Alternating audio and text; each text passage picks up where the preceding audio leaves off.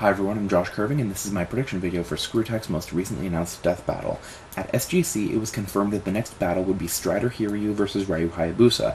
Now, this fight actually gets me excited a lot more than the other two fights of this season for a few reasons. First off, it's using characters from franchises that they haven't used yet, which is good because it honestly made Shao Kahn versus M. Bison very predictable.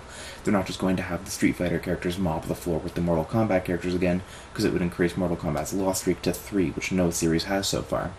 Secondly, the gap in power here really isn't all that much. These are two very similar fighters with somewhat similar feats. He-Man vs. Lion-O wasn't all that surprising because I'm sure most people could have guessed how that one would have ended the moment it was announced. So for these reasons, I'm happy to see a death battle that can actually be debated without considering the past battles. Plus, it returns to an extremely fast-paced battle similar to how Thor vs. Raiden went, which was one of my favorite fights, even if it was pretty one-sided. If Jordan Lang can give us a quality fight like he always does, this might shape up into one of the best and closest death battles yet. To start off, as I always check first, I always like to compare the physical stats. Unfortunately, there are very few quantifiable feats for Strider, though he does have a few general feats that give him a pretty good chance in this fight. So I'll go through the three main stats for my consideration, which are strength, durability, and speed. I'll admit here that honestly I hadn't even heard of Strider Hiryu until getting Ultimate Marvel vs. Capcom 3, but through research into the games and manga I hope to cover the character and give him the respect he deserves. Firstly, strength. Strider's strengths don't as much lie within Strider himself, but within his cipher, Falchion. The blade is a plasma sword designed like a tonfa, and within the Strider universe, it's stated that the Falchion can cut through any material, which is a solid advantage. At the end of Strider 2, upon defeating the final boss, Strider cuts once and seemingly destroys an entire Death Star-like space station. The power to do that is immense, but is not entirely clear considering Strider 2's ending is pretty much just a slideshow as many older games had. Thus, it will pretty much be up to Wiz and Boomstick to decide if this is a feat of him destroying a space station with a single cut, or him pressing a self-destruct button. So next we'll look at durability. For one, he survived a space station exploding around him along with the atmospheric re-entry, but then again, it's possible the slideshow, which transitions from the cut to the space station exploding to him in a crouched position on Earth, left out the part where he used it as an escape shuttle. Additionally, during the final boss fight, Strider's actually in space without a spacesuit, implying he doesn't actually need air. Though honestly, I doubt this is going to come into much use during the fight. Agility-wise, Strider is very hard to quantify. I found some scans of the Strider manga, unfortunately untranslated, and in Chapter 5, a trio of people open fire on Strider with assault rifles. He dodges and kills the gunners by using what appear to be after images. Overall, this makes him extremely fast and difficult to hit. Now let's go over Ryu's main stats, starting with strength. Most of Ryu's strength comes from his weapons and abilities, just like Strider. On his own, he's able to cut through things like tanks and jets with relative ease. He's also capable of taking down those tanks with a longbow, which is fairly impressive. That said, he can also take down a ton of huge bosses, including Vigor and the possessed Statue of Liberty. Durability is another huge point for Ryu because it's very clearly defined what he can take, as opposed to Strider's more ambiguous feats. The combination of Ryu's massive regeneration and natural durability made him tough enough to survive being cut in half from shoulder to hip, and regenerate from it by holding himself together. He's also had several instances of taking bullets and rockets to the head, being crushed by pillars, stuff like that. Then I'm pretty sure the top durability feat that he has is surviving an explosion that took out most of Mount Fuji from ground zero. In my opinion, that might actually be even greater than the possible re-entry feat that Strider has, considering Mount Fuji would likely survive if it were to re-enter the atmosphere. Ryu's speed is actually very similar to Strider's for similar reasons. He regularly dodges gunfire, though Ryu's speed is actually a bit better because he can use abilities like a blink to move short distances instantly, and then something which I'm sure that Death Battle will exclude, which is a time stop, which is in the first Ninja Gaiden.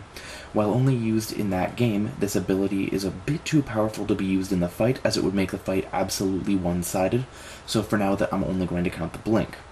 So from what we see there, Strider may take strength and destructive capabilities, but Ryu's superior durability and speed are very major factors as well. So when that doesn't decide the winner of a battle, you look at the weapons. Other than his options, which I'll talk about in a moment, Strider doesn't really have any weapons other than his cipher, a plasma sword called Falchion. This thing appears to be an extremely powerful weapon capable of paralysis and knocking out crocodiles on its absolute lowest settings. The sword can also send out homing projectiles towards targets, and on its highest setting, it possibly destroyed that entire space station. Like I said, it's very ambiguous. Now for Strider's other main weapons, he has several robotic animals called options. The options come in 3 forms, but the system isn't what a lot of people think it is. Many people I've talked to and debated with seem to think that Strider can call in endless streams of a robotic army, like in Ultimate Marvel vs. Capcom 3. It actually works very differently in the Strider games.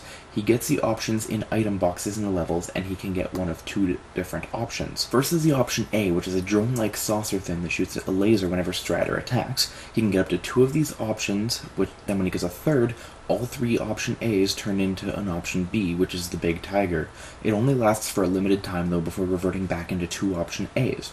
Now he can also get an option C from item boxes, which is the hawk. He can only get 1 at a time, but they circle the sky dive bombing enemies. Really, though, I don't have the time or willpower to name off all of Ryu's weapons because he seems to have taken item classes from Link, but I'll go over a few. He has his iconic Dragon Sword, the Dabalaro Great Sword, the Life-Stealing Kaitetsu, the Unlabored Flawlessness Wooden Sword, which is much better than it sounds, a Plasma Saber Mark II, the Falcon's Talons claw weapons, Kusarigama, and a giant scythe. That's all just for melee. He also has a shuriken with explosives, windmill shuriken, and the Fiend's Bane bow, which rivals modern sniper rifles in accuracy, as well as penetrating 40mm bulletproof armor plating. So all in all, Ryu has a weapon for any situation, as opposed to completely dedicating himself to one style.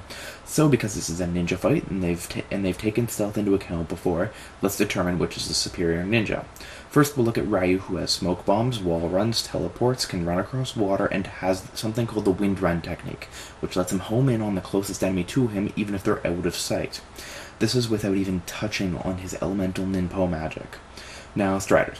Strider has a few mobility tricks like the triangle jump, Hasuo jumps, slides, backward somersault, and several other mobility jumps he can do using his climb cycle. Unfortunately, that's about it. There's no stealth moves or anything very ninja-like other than jumping around.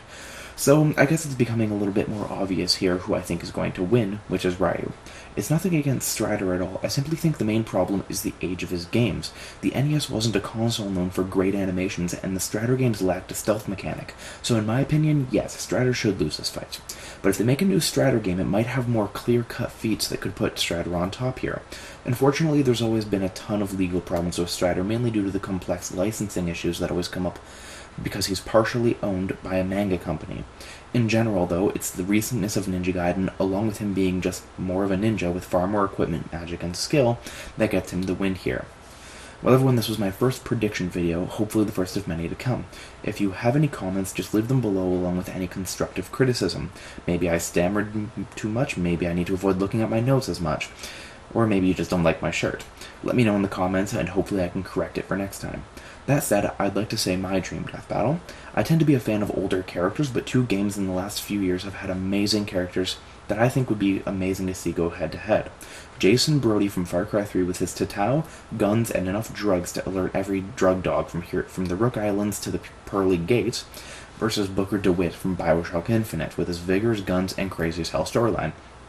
Let me know what you think, and if there's enough interest, I might even do a follow-up video on that where I say who I think would win. Alright, thanks for watching everyone, and have a good one.